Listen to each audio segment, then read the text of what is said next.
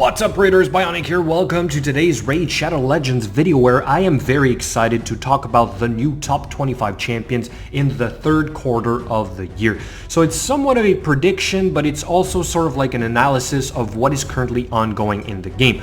Some you'll see that are still very similar from the other two versions that I did this year so far, right? I did my first one, it was in January, and then the second one obviously was about 3 months later. I had to increase it to top 25 because I wasn't able to fit them all, or at least all the main champions that I wanted on the list, okay? So obviously now some have fallen off the list, and now new ones will be added, and I think that it's even going to change even more down the road, because now we have Tag Team Arena. But it's still a little bit too early to predict sort of what are going to be the top champions for Tag Team Arena. But what has happened in the last 3 months, which is very interesting, is the guys that have come out with builds that are like a 2-to-1 ratio for the clan boss, either combining unkillable or basically just kind of like full speed ahead, right? So there is obviously a lot of new champions that will be added to the list also eventually because of this. But for now, let's stick to what we know, starting with the rare champions, which of course we still have Frozen Banshee. I think she's such a good poisoner. I'm just going to leave it at that. No reason for me to talk more about her. That is mainly what she is used for, all the way up into the Ultra Nightmare clan boss, one of the best in the game. But what I will say is that because of her, I've taken Occult Brawler off the list. Yeah, believe it or not, I decided that it was just not necessary to have too many poisoners on this list. Next one, of course, is still Apothecary in the High Elves, for obvious reasons. Heal, turn meter increase, speed increase, continues to be such a good champion all the way into the end game. And then the third and last rare champion will be, of course, Cold Heart. Again, she continues to be so useful all the way into the end game. Heart Seeker, enemy max HP, single target, the best one in the game.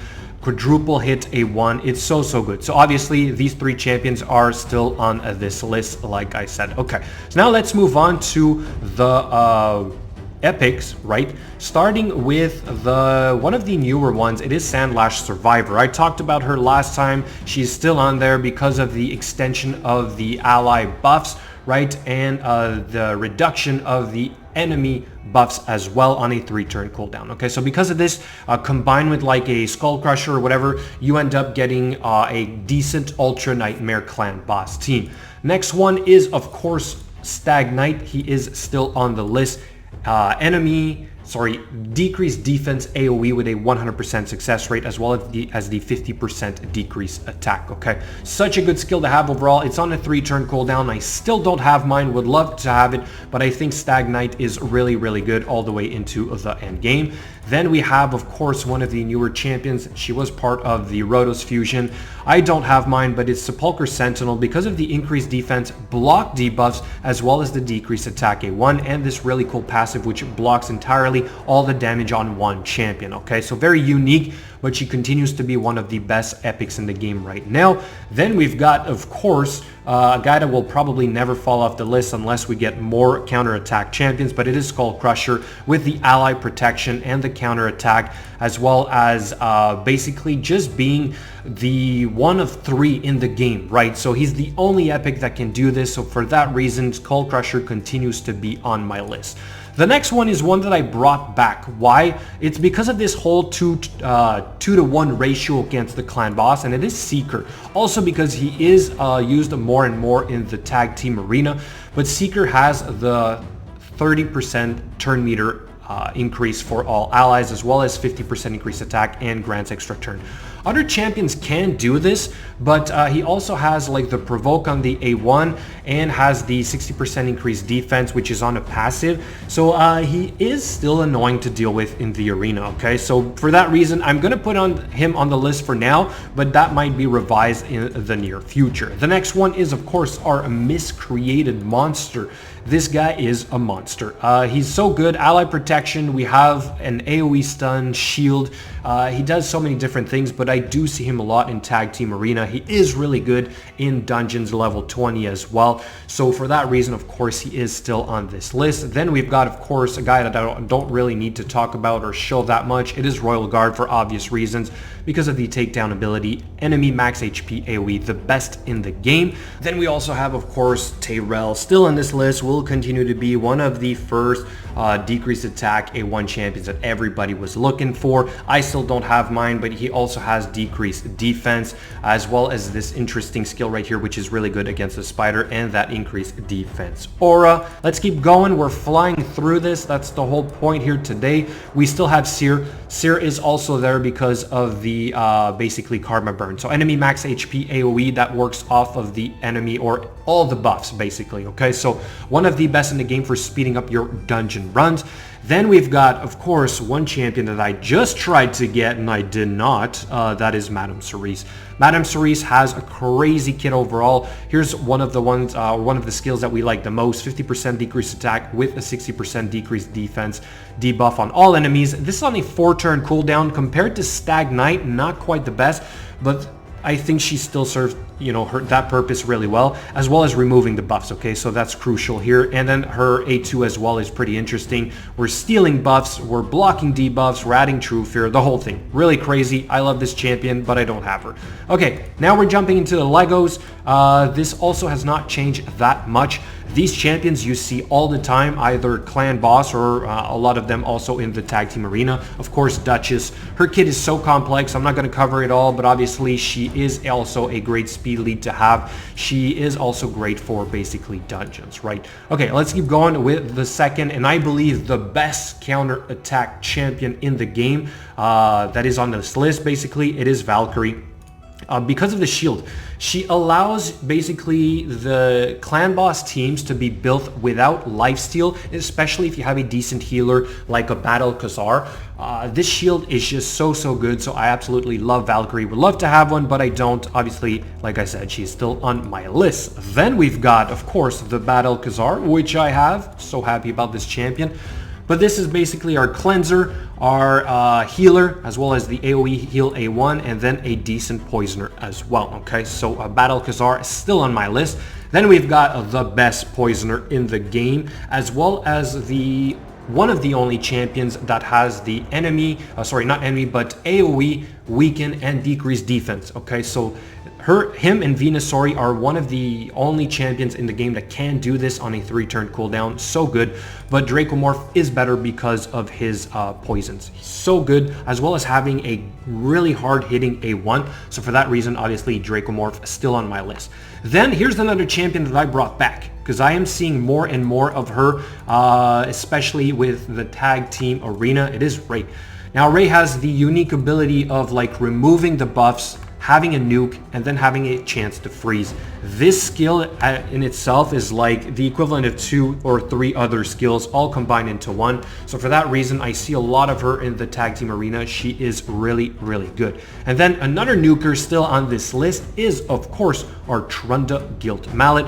She kind of does a little bit the same thing, but hers is like the stun, right? So it's a good or a hard-hitting AoE, and then it has the stun as well as like the HP burn built into it. Really strong champion to have overall. Then here's another champion that I did put on the list this time, mainly because he does it so well, but also because he has the increased defense. It is Altan, probably the best decrease attack A1 champion, but you will notice that I removed Padma off this list, even though she has a 100% success rate of doing it. It's simply because this guy brings more to the table. He should have been on the list before, but I had like too many decrease attack A1 champions, so kind of played around with it. Padma got off the list, like I said. Now we have Altan. Okay, so you guys know this guy pretty well. I'm not going to talk too much about him. And then of course we're going to have, you know, one of our favorites, or one of the champions that we all hate to see or love to have. It is Rhodos the Lost Groom. With the new accessories coming out, this skill right here might snowball into like constantly being up. This will be absolutely insane. But obviously this guy, we know what he does, right? He's just so annoying to deal with. I still believe for the arena in a relentless set, or perhaps for the clan boss, he really shines, or else like in a savage set, this guy is pretty good as well. Okay, let's keep going now with the legendary Legos. We've got, of course, the first one, our favorite, our Arbiter, the champion that we all want to get, right? I think that's the biggest challenge in this game, whether you are free to play or pay to play. It is getting Arbiter. We know her kit. She's so good. She continues to be basically everywhere. All right, next one is, of course, a champion that is still on this list. It is Hegemon. This guy is an absolute beast in the arena, tag team arena, simply because he goes first, right? His passive is unique. He's the only one in the game, sorry. So I think that the meta currently revolves around him for high platinum.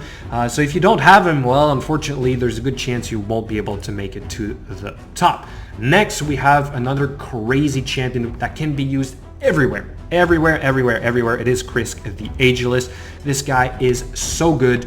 His kit is super complex as well. I'm not going to cover it all. I think you guys know it by now. But Krisk is obviously still on my list because of all of those reasons. And finally, of course, another champion that is still on this list. It is the partner to Rotos, right? It is Sifi. She can be used in that 2-to-1 ratio Ultra Nightmare Clan boss. She's in the arena, in the tag team arena. She can be in dungeons, faction wars. She is everywhere. Probably still the best champion in the game right now. Her kit is obviously very complex as well, so I'm not going to cover it all, but you guys, obviously you know how she works, right? Also one of the fastest champion in the game, okay? So now let's talk about a little bit the champions that have fallen off the list and why. Which, like I said in the beginning, is Occult Brawler, okay? Simply because I had too many Poisoners, and I think Frozen Banshee does a very good job, so for that reason, I took him out.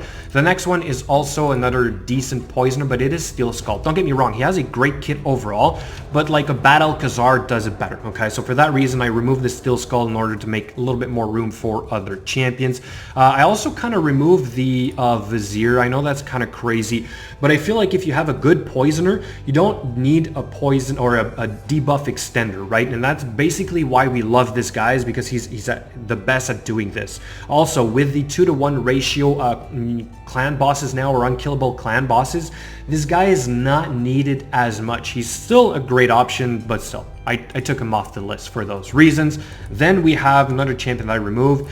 Again, don't get me wrong, Venus is one of the best champions in the game, but because my list had too many of these champions, I feel like Dracomorph did a better job, or does a better job than this champion, but she's the other champion that has a decreased defense and weaken. She's not as good as a poisoner as Dracomorph is, therefore I felt I would take her off for now. Also remove the Bellower. Yeah, don't get me wrong, again, a very good champion, but I feel like he's not exactly needed as much as, let's say, a Cold Heart for the ultra endgame stuff. I do very rarely see him in Tag Team Arena for now, but I would assume in lower levels he's still going to be used.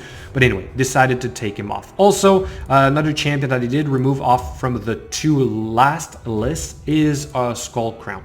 Don't get me wrong, Skull Crown is again a very good champion, but I feel like I can easily deal with her now that I have a Torment, okay?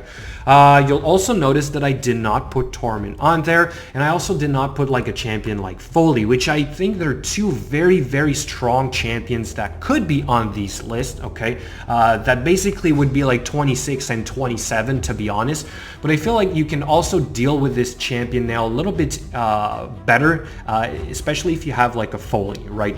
So again, honorable mentions, right? We know they're really good, but I just decided not to put them on there for now. Foley also really, really strong, okay? Even like a Harvest Jack, a Mashal, the Nellore, Gorgorab, like there's so many other champions that I could put on this list, but I try to keep it as simple as possible, like the top 25, okay? So that is going to be it, guys. The top 25 champions for the third part of the year. And like I said, this is probably going to change again quite a bit once we start seeing a lot more tag team arena teams. So guys, thank you for watching, but also let me know what you think in the comments below. Which one did I miss? Which one do you not agree with? Obviously, I will revise the list in the future, but as always, thank you so much for watching, and I will catch you guys later.